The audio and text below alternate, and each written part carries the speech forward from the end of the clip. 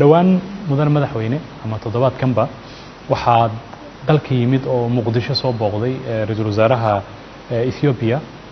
Abiy Ahmed oo ka jawaabay casuumad nolosha inaad adigu markii hore u fidisay waad isku shirad halkan ku yaalateen dhowr saacadood qaatay kadibna waxa ka soo baxay communique ama bayaan ay ku qornaayeen inaad isla afgarateen arrimo dhowr ah oo ilaa 16 qodob gaaraya haddii aad si kooban noogu sheegtid sidee ku soo bilaabatay ama ku dhacay shirkaas isaga ah nuxurka iyo muhiimadda uu leeyahay safgaradka idin dhaxmar adiga iyo ra'iisul wasaaraha Ethiopia muxuu yahay horta alxamdulillah ilaaha mahad iska leh inta badan marka madaxda adduunka aan hor fariisanayno inta badan waxaan kala hadli jirnay waxa la yiraahdo amni security oo kaliya xaqiiqatan shirkan iyo safarkan oo prime minister Ethiopia Dr. Abiy oo ku yimid Soomaaliya wuxuu ahaa guud ahaantiisa xiriirka labada dal si loo xoojin lahaa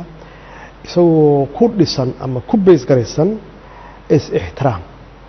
iskaashi iyo wada shaqayn in midka kale uu ixtiraamo qaranimada iyo jiritaanka iyo midnimada dal walba uu leeyahay taas waxay ahayd base-ka aasaaska wada hadalkeena horta tan labaad waxay ahayd dhaqaale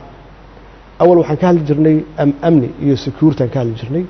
marka waxaan aaminsanahay inaan soo gaarnay level aan hadda uga hadli karno sidii dhaqaalaha aan u kobcin lahayn sidii dawladaha dariska ah Ethiopia iyo Kenya aan uga hadli lahayn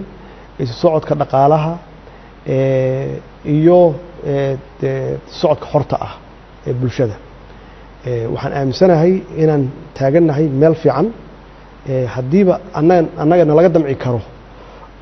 annagoo isu haysanaa maaragtay inaan wax badan ka harnay dawladaha dariska iyo caalamka oo dagaalkii sokeeyay iyo burburkii dagaalada nagu socda darteed in rajana laga qabo oo dawladuhu ay aaminsan yihiin Soomaaliya inay soo kabsatay ay cagaheeda ku istaagi rabto ama ku istaagtay oo lala sameyn karo ganacsi xiriir ganacsi lala sameyn karo marka waxaan isleeyahay waxay ahayd horumar prime ministerku safaradiisii marka dib u fiiriso uu ku mareeyay dawladaha dariska ah iyo meelo badanba inta badan wuxuu ka hadlayay mar walba wuxuu ka hadlayay sidii uu kor ugu qaadi lahaa fursadaha ganacsiga iyo horumarinta dhaqaalaha iyo waddan walba kala hadlayay Suudaan wuxuu kala hadlay Djibouti ugu horeeyay wuxuu kala hadlay arrimaha dekedaha iyo ganacsiga Suudaan wuxuu kala hadlay arrimaha dekedaha iyo ganacsiga Kenya sidaas oo kale iyo wadamadii kale uu tay kulligood annaga marka aad iyo aad yaan runtii ugu faraxsanahay in aan soo gaarnay level Ethiopia aan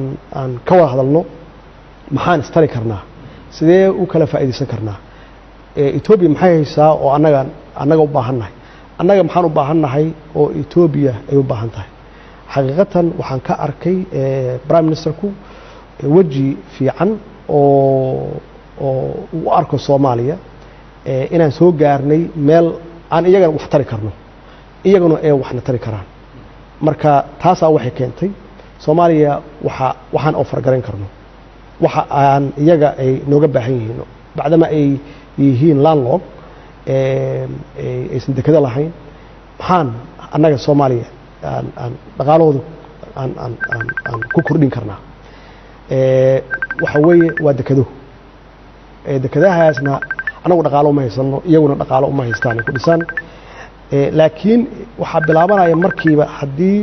dekadahani ay ku wajahan yihiin inay supply gareeyaan 100 milyan oo Ethiopian oo aan dekada lahayn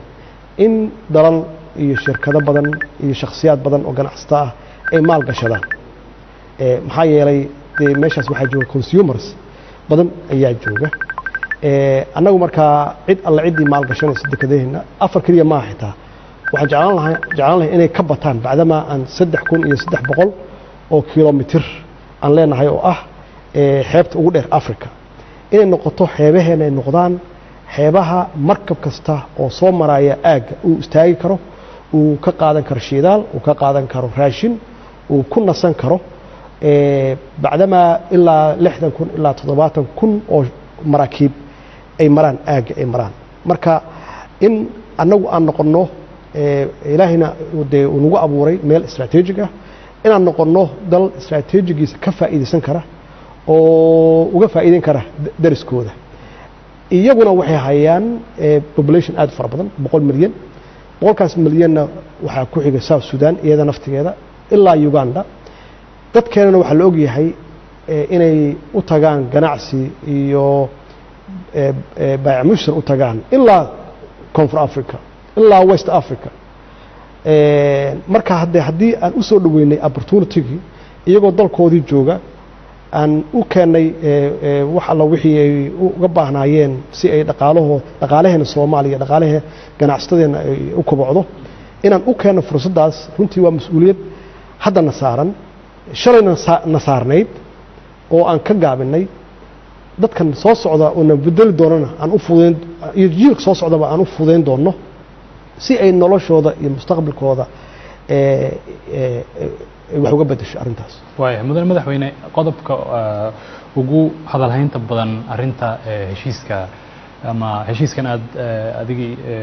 ra'iisul wasaare AP aad isla gaarteen ee ku saabsan dekadaha ayaa dood badan dhaliyay oo dad badan ay hadal hayaan oo ay leeyihiin dawladdu dekadihii ugu muhiimsanaa dekado ay siinaysaa Ethiopia arintaasna ma qabato dadka Soomaaliyeed marka dawladdu dekadihii u gacan gelinaysaa wadan rival nala ahay ama duruufo kala duwan xaalado kala duwan aan isla soo marnay marka arintaas iyada ah maxaad uga jawaabaysaa xaqiiqatan horena u sheegaa meeshaan waxaa jira dhaqan siyaasadeed oo aan la ogolayn in hore loo socdo oo mar walba la isku dayo wixii ummadda loo qaban lahaa ama wax alla wixii horumar ah in cagaha la qabto xaqiiqatan dekad cid la siiyey ma laha dekaduhuna Soomaaliya ku yaalaan waxay u baahan yihiin dhaqaale lagu horumariyo oo lagu dhiso iyo u baahan yihiin dhaqaalahaas la gelinayana saan sheegay Soomaaliyana ma laha Ethiopiana ma laha waxay ka imaan karaan meel walba waxay ka imaan karaan Asia waxay ka imaan karaan Khaliijka waxay ka imaan karaan Mareykanka waxay ka imaan karaan Afrikada kale waxay ka imaan karaan ganacsatada Soomaaliyeed cid walba yaa diyaar u ah inay maal gashato laakiin muhiimaddu waxay tahay waa la tartamaya waxaa kula tartamaya maxaan ku raahdaa Mombasa yaa kula tartamaysa waxaa kula tartamaysa Port Sudan yaa kula tartamaysa waxaa kula tartamaya anu tartan ma arko Djibouti dad waalehna weeye intaasoo idil yaa tartan kugula jira oo muhiimaddu waxay tahay inay dhaqaalahooda kor u kiciyaan kor u qaadaan inay shaqo abuur dadkooda u sameeyaan in miisaaniyadda dawladooda ee kor u kacdo in jidad la sameeyo oo isku xira Soomaaliya iyo meel walbaba la isku xiro marka qof alla qofkii diidan horumarkaas aan waxaan aaminsanahay waa dhaqankii hore u jiray oo aan Afrika iyo Asia iyo caalamka aan uga harnay oo aan la ogolayn Soomaaliya inay hore u dhaqaaqdo laakiin dekadahan iyo siyaabo kasta oo Soomaaliya loogu sameyn karo maalgashi iyo investment waxa weeye waxay ku bilaabataa vision iyo aragtidaasna waxaa ku xiga farsamadaasna waxaa ka soo baxa marka dhaqaale intee la gelinaya xagee laga dhisayaa wixii jidad noocee ah yaa la sameyn matarin yaa la sameyn doonaa ma garatay oo u kala goosha Afrika oo dhan waxaa studigaas la sameynayaa ama farsamadaas ay ku jira dhaqaale intee la eg intee ballaceedu leeyahay waxaa soo idil kadib yaa waxaa la gaaraya heshiis agreement wax la yiraahdo agreementigaasna waxaa la horkeenayaa baarlamaanka sharciyeynaya marka waa process dheer laakiin waxaa la isku dhaafay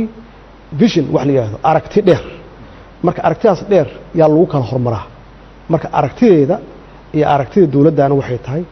sidii Soomaaliya aan fakhriga uga saar lahayn dalkeenu wuxuu ku yaalaa meel Ilaahayna siiyay oo strategic ah dalkeenu wuxuu leeyahay khayraad ayuu leeyahay shidaal ayuu leeyahay wuxuu leeyahay